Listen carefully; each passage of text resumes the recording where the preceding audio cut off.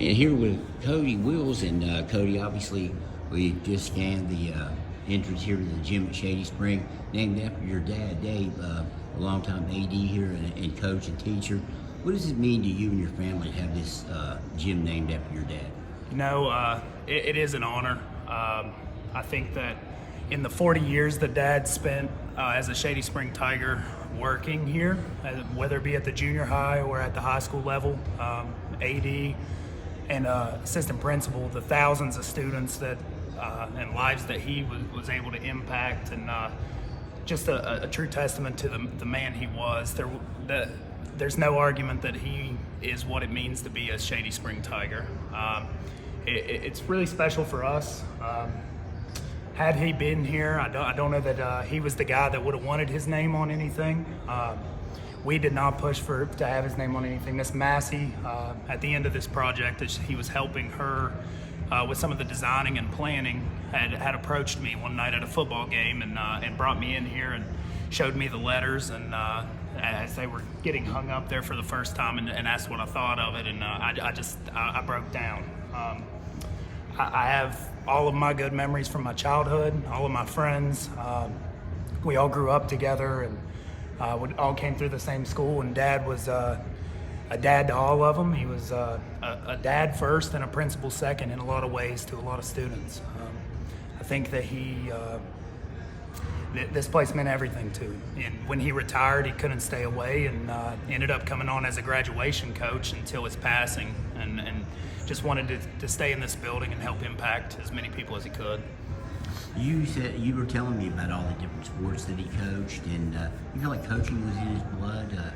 And especially wrestling, we were talking about. Yeah, hardest coach I've ever had in my life, and he never was the formal coach of anything I participated in. I guess him being a coach, he didn't want to be that parent coach in the stands, but behind the scenes, absolutely. He started the wrestling program at Shady Junior High in 1976.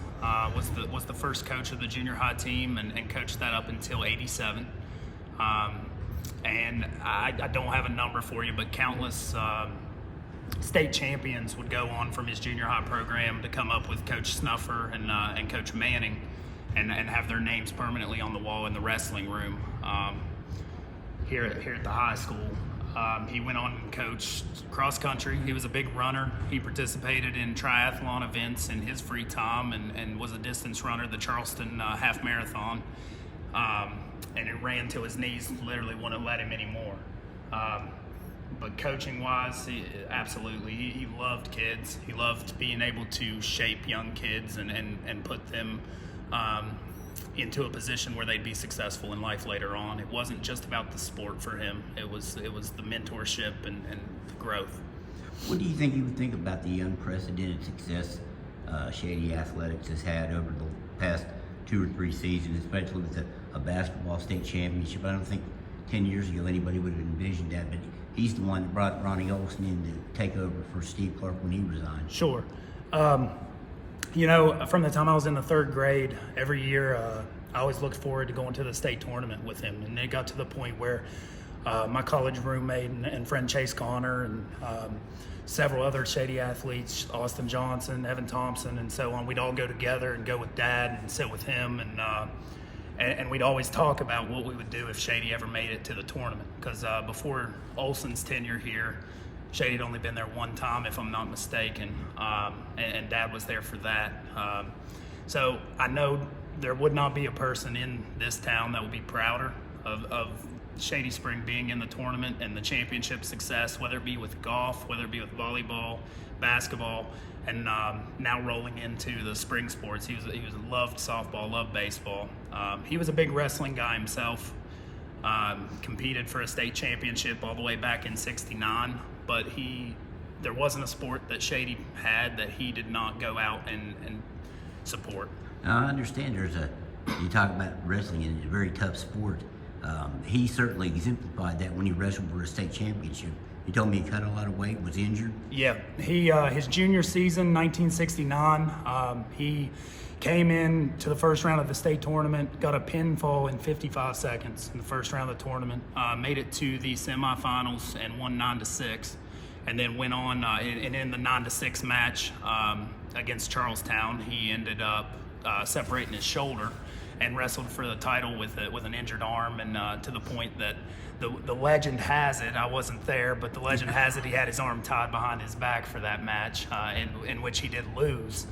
And that shoulder never did heal for his senior season. He didn't make the tournament his senior year, but yeah, wrestling is a very mental sport. It's a very physical sport, and talking with his previous coaches, who one of which is still around, Coach Snuffer, he told me that there's no doubt in his mind he would have been a state champion his senior season had he been healthy. A lot of pride then, I think, in the name and having it on the gym for you and your family. Absolutely. Dix Manning and Larry Snuffer never satisfied with his wrestling ability, and after they retired, coming to watch me week in and week out, never satisfied. But that's just a testament to how hard they push here. They have multiple team titles here and more individual titles. I mean, wrestling still is at the top of the list when it comes to state championships for male sports here at Shady Spring High School. All right. Hey, Cody, I appreciate the time, and congratulations to the family. And yeah, thank you. We'll talk to you again. Thank you. Appreciate it.